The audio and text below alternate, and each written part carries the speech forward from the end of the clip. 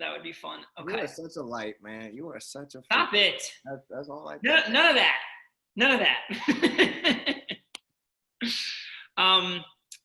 Okay, so welcome everyone to Jews and Sports with Michael, myself. I'm Michael, and we're doing. Oh wait, time out. Boy, this isn't live, just so you know, for H. We're gonna record it. We're gonna put it on one of our episodes. You're saying that to me? Yeah. Yeah. Okay. Anyway, welcome everyone to Jews and Sports. With your host Michael, myself, I competed on CBS $1 Million Mile, produced by LeBron James, where I won $25,000 with my yarmulke. I compete in elite Spartan obstacle course racing, set to be on other competitions in the near future, hopefully. Here we are in Jews and Sports. What a unique opportunity where we get to tackle really very big questions with people who have a unique perspective on life. Athletes get a terrible rap, get a terrible thing of just play sports. We don't care about your opinion. You're not paid to talk. You're not supposed to talk. And the crazy thing is that athletes go through such unique experiences every day through practices, every day through being on the biggest stages in the world. And these are the people we want to talk with about the biggest topics.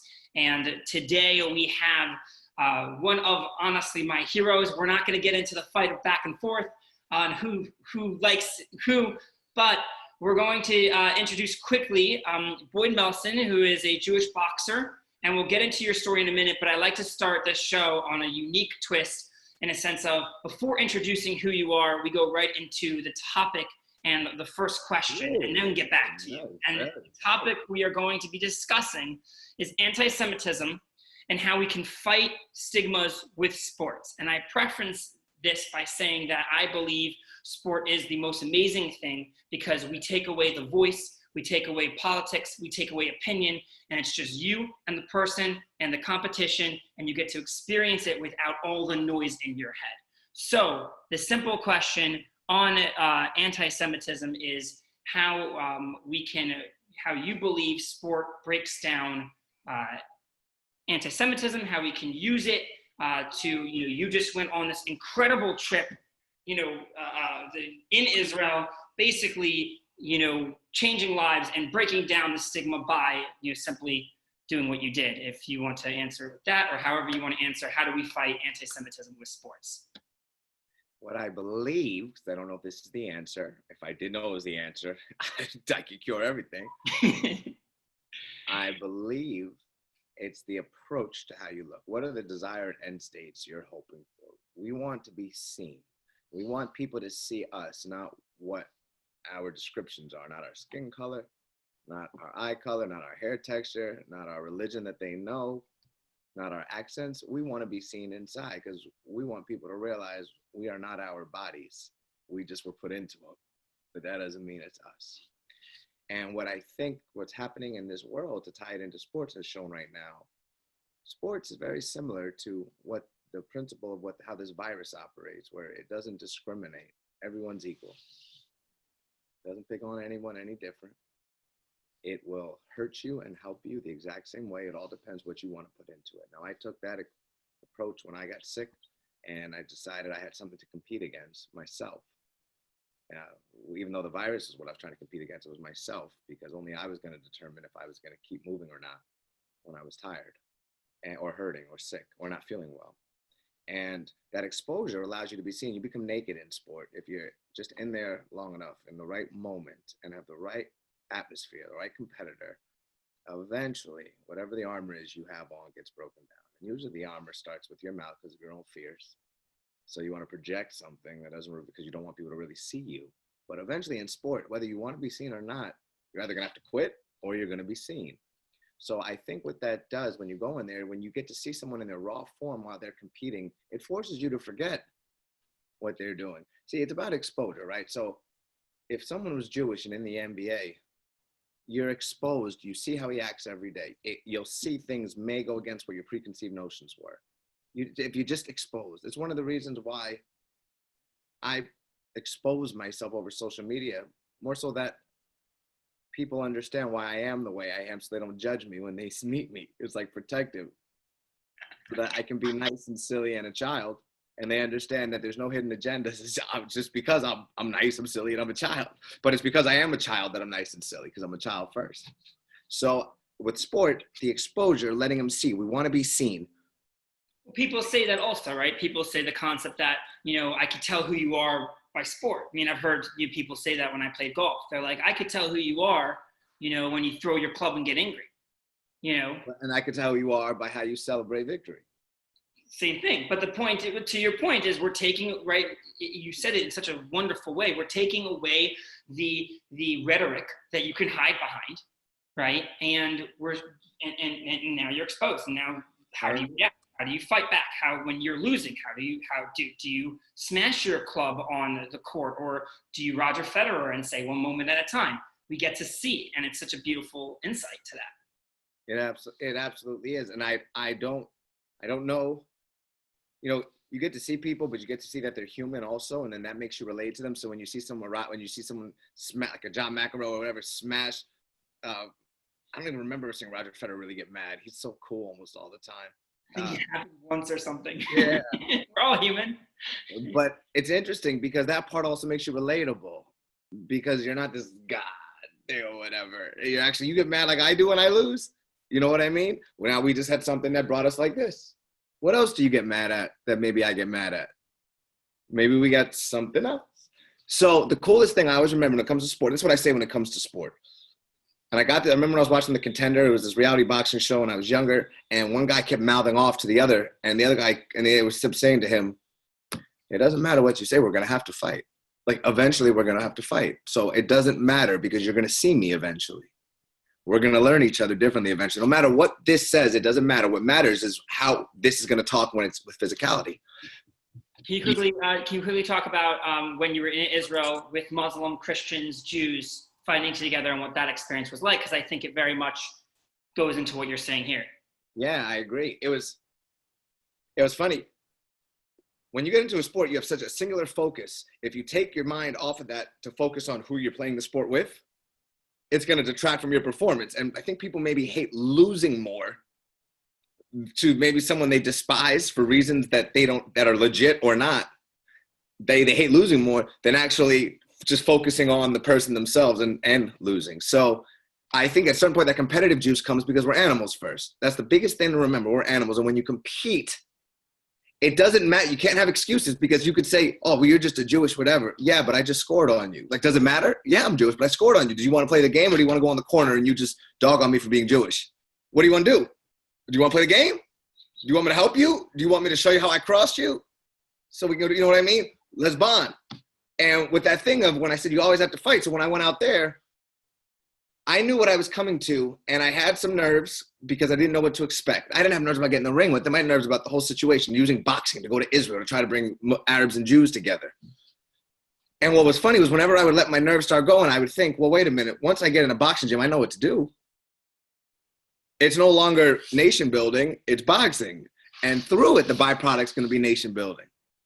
So that's what the sport is. It doesn't matter. It's going to happen. You're going to form bonds, because if I'm your teammate and I help your stats go up, you just inherently like me.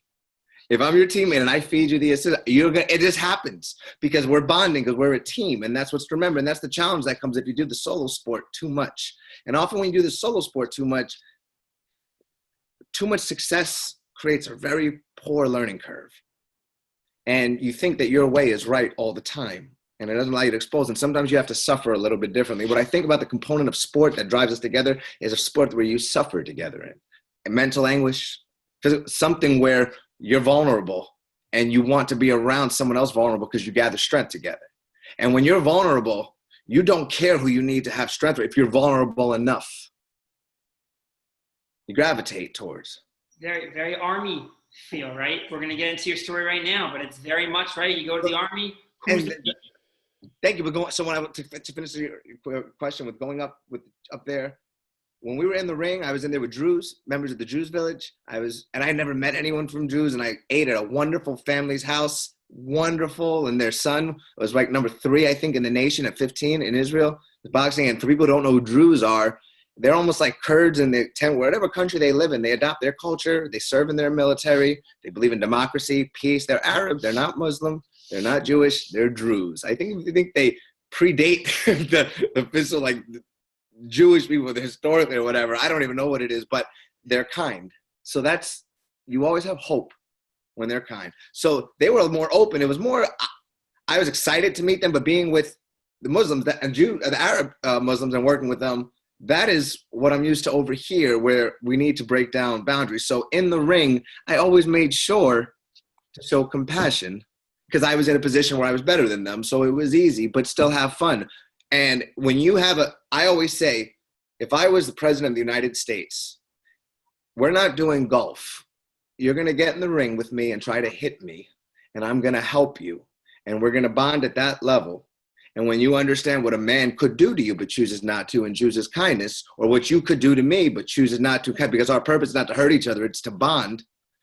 Let's have every negotiation after that. Which is very odd, right? Because it's cool because you are in a position where you're throwing punches, but at the same time, you're competing in something other than just, complete anger or such. Let's get into your story, and we'll come back to quickly that only because you have a fascinating story in fighting terrorism in a sense that you do in a sense that like billions who one tiny but what you gave up for that, for your morals, in a sense of what position you were in when that opportunity came. So I do want to get into that, but let's quickly get into who you are in a sense that you are a boxer, Jewish background and such, and West Point graduate. I mean, your story is insane. West Point graduate, then you go into boxing, you win, I think, certain titles, and you can discuss that quickly, but the coolest thing and the most incredible thing of you is that you go into professional boxing, you make a good amount of money in boxing, but what you do is decide to donate all of that to fund spinal cord research, because at the time your girlfriend was in a wheelchair, and you want to do everything. Ex-girlfriend was in a wheelchair. Ex-girlfriend, sorry, at the time, right, at the time. Yeah. Now we broke up before I decided to turn pro. So even more, right? You see this person, it doesn't matter. You still love people and you want to help any way you can. So that's how amazing you are. You do that. And then I'm going to quickly get into this part, which is you decide to run for congressional office. And I looked this up, by the way. I think recently you said that you were in the lead in your race or whatever it was, and you were supposed to. Well, no, I was not that far, but I know what it said. We're not that far. We hadn't even got on getting names to get on the ballot yet. It was November. But when 2 days after my orders started for training, which was in January, I made the decision in December. And then when I got the call, and then January 20th, because we went on orders the 18th, on the 20th, I get a text from a acquaintance of mine who was running for city council in Atlanta, and she just texted me, "Boy, quick!" You're laughing because it's funny. I love saying it. "Boy, quick! Go to MSNBC. They just announced your name as one of the rising Democratic candidates to watch for." And I just started laughing. I giggled because I get excited when something silly happens. Not that part is silly, but silly that they didn't understand why I can't. So I texted her. I said, "Well, they must have not got the memo because my ass is going to the desert." And with that, you ended up going to fight, for the army, I think specifically to fight ISIS and terrorism. Right, but I unfortunately never had to shoot a weapon one time. Thank God. You said fortunately, right? Yeah. Yeah. So I actually have this question. I have this question in a sense that you're a very kind, spiritual, giving person. And yet, you're in West Point, you're in the Army, and I think this is just a cool perspective. Thank God you didn't have to fire a weapon, but to protect the values where you believe in, you would have or were prepared to fight evil. How does that come in when one of your morals is kindness and you don't want to hurt others? Well, Same thing with boxing. When we go to pull that trigger, we're not thinking about the values and the morals of our country, and we're thinking about keeping our buddies right next, immediately alive, and our butts alive. But the grand reason why we're there, the grand reason why you're there is that, like, if you're in a boxing match and your whole purpose of wanting to win your money is because you want to send your girl to your daughter to Harvard when you're taking those licks, you're not thinking, "Man, I hope I got to get her to Harvard." You're like, "I got to survive." Right, but again, yes, 100%. I mean, they had that. I know, I'm being playful with it. No, they had that in World War II, where like guys went right to fight for their country, and then they did like studies and stuff. Like halfway through, it wasn't about their country. I mean, obviously it still was, but they were more of like, we gotta survive for our buddies. Like it was more about protecting their buddies. Obviously. And that's what happens in sports when you get put on a team with somebody when you're this and they're that, but you guys got to win together. And especially when you go into a hostile environment like an away game and you just have each other, and you want to hate on one of your 5 teammates when it's you 5 who only know each other and you're around thousands that don't want you there. There you go. Yeah. I wish that they made a movie that for 1 year, the races traditionally that have the greatest friction have to have babies together in our world. And then you fast forward 30 years to see what the world looks like. Because when you have something common that you love, yeah. You strip again, the point is we're stripping away, honestly, a lot of those manipulations, and I'll go right into that in the sense that, so this next question is really, what do you believe anti-Semitism is? And I'll preface it with saying that and this is a lot for me to say because I think a lot of people find it odd. I've read Mein Kampf. I've read a lot of other books that have a lot of manipulation stuff in it. But what shocked me is when I started reading Henry Ford's art. Henry Ford has a book where he combined articles and such. And even in Mein Kampf, I couldn't figure out what anti-Semitism was. And it kind of dawned on me when I read Henry Ford, my opinion is this concept that the Jews are trying to take over the world.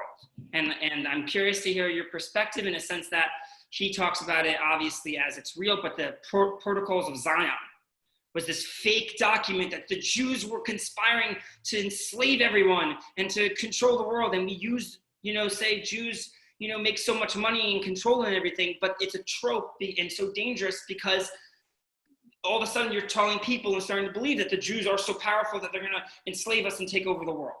That's what I believe anti-Semitism stems from.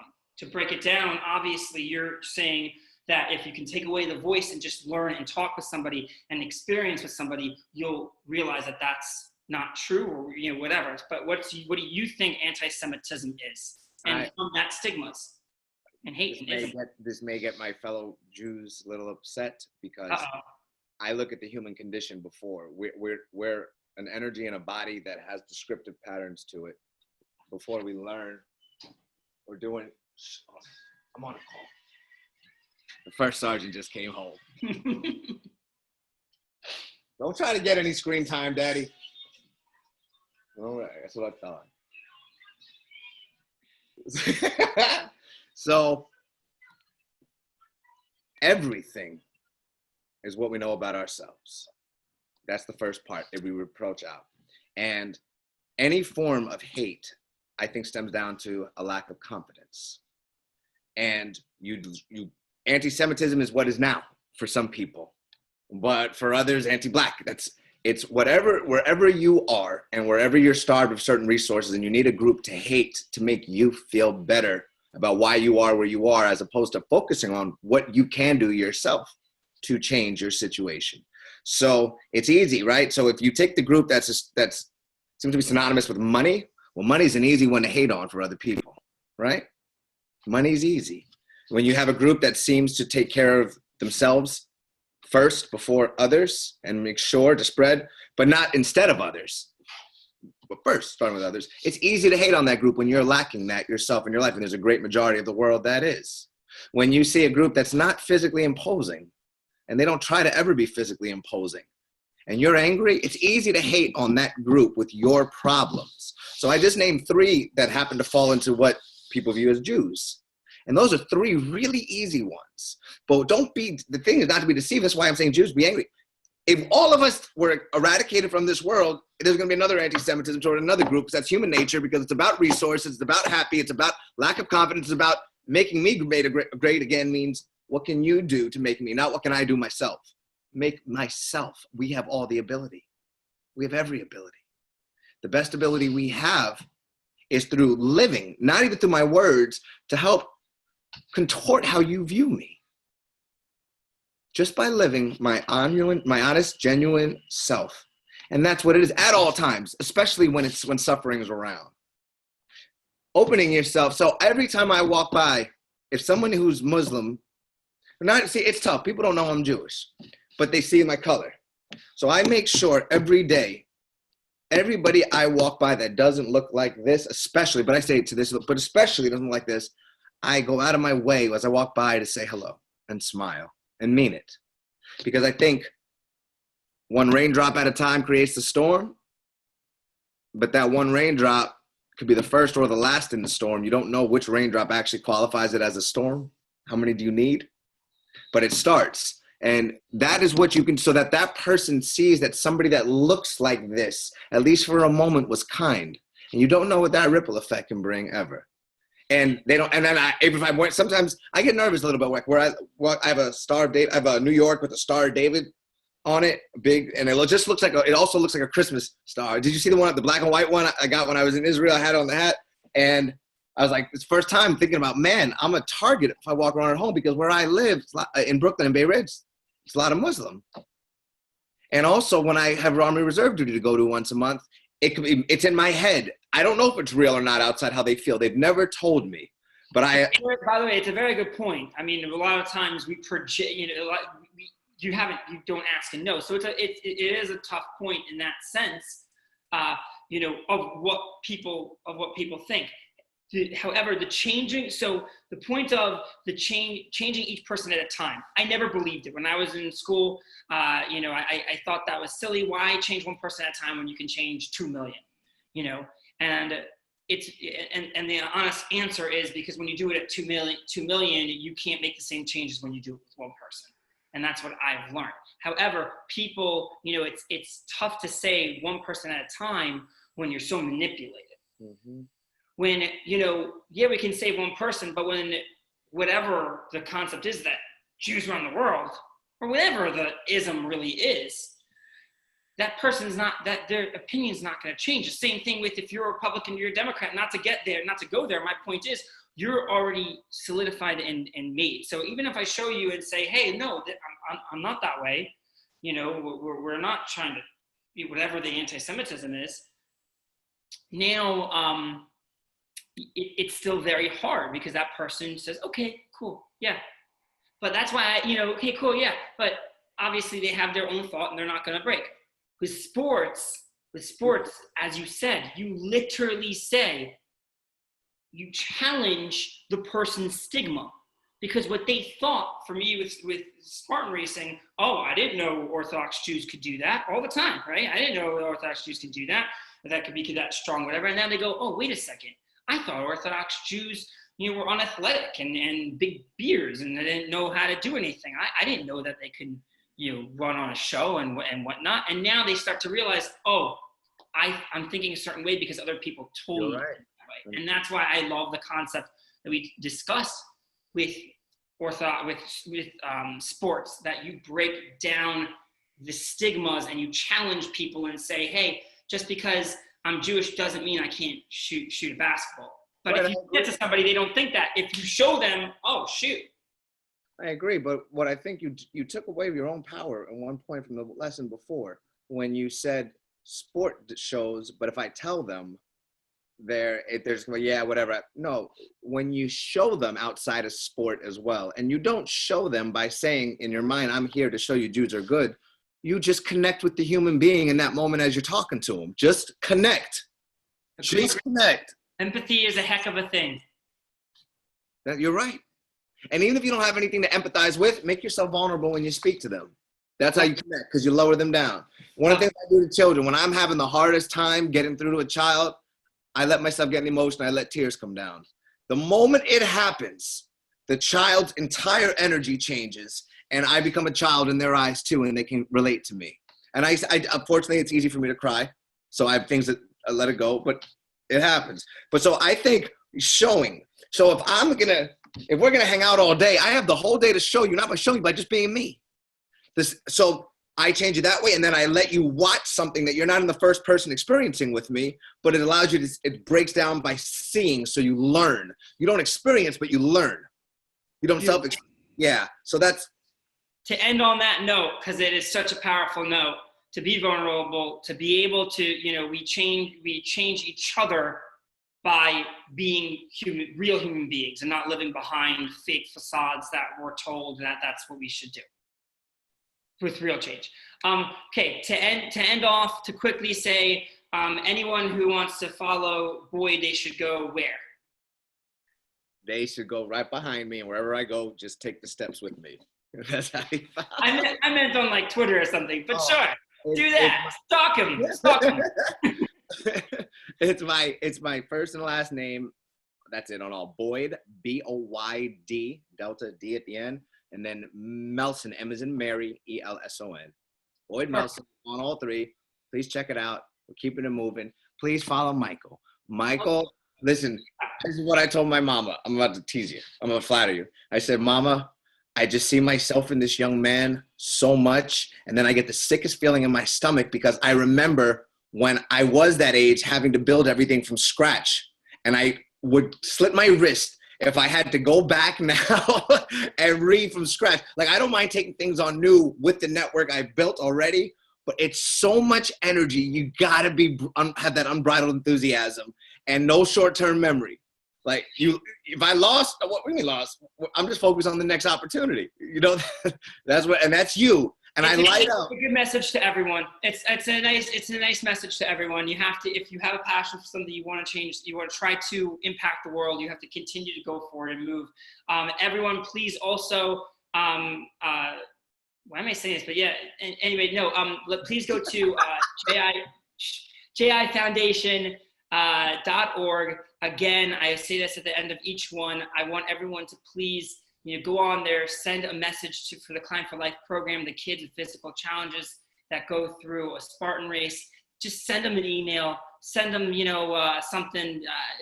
Keep going. You're such an inspiration to these kids because they do change the world when you get to see them take on the hardest physical obstacles sport. And you can follow me at The Jewish Athlete on Instagram, but that's it. We did it. I think we tackled the Jewish athlete. I thought I was the Jewish athlete. Do you understand that a Highlander? Do you understand that I put in the Jewish athlete and expected the Jewish athlete is open? Jewish athlete? The Jew athlete?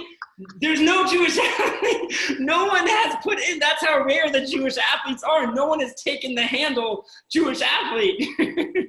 That is the bomb. When I first got the Scholar Athlete of the Year award from the Jewish Sports Hall of Fame, I remember they keep calling people up and like NBA, and not NBA, Major League Baseball, tennis, and I'm like, who the hell is this? Who the hell is this? And then I thought to myself, oh my gosh, when they call me, everyone's gonna think, who the hell is this? And then that's when I realized to get into the Jewish Sports Hall of Fame, you don't have to be elite at an elite level. You just have to have made it to the elite level. You could ride the bench, the whole thing. But us Jews are like, come here, we're so proud of you. You did so great. I guess it's not the best because we lowered the bar a little bit. But anyway, everyone. I got one last token. I want this in, please. It's short, and this is what I said when I was on the panel.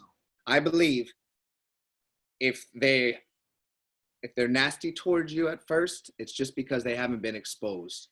Once they're exposed, if they're still nasty towards you, it's because something about you lets them know that they're afraid. Beautiful. Remember that. Once exposed, they're realizing something they fear within you if they still remain nasty. And if you know that, you're free. It's not about you any longer. And with that, thank you so much. I love you. Thank you. You're like the light.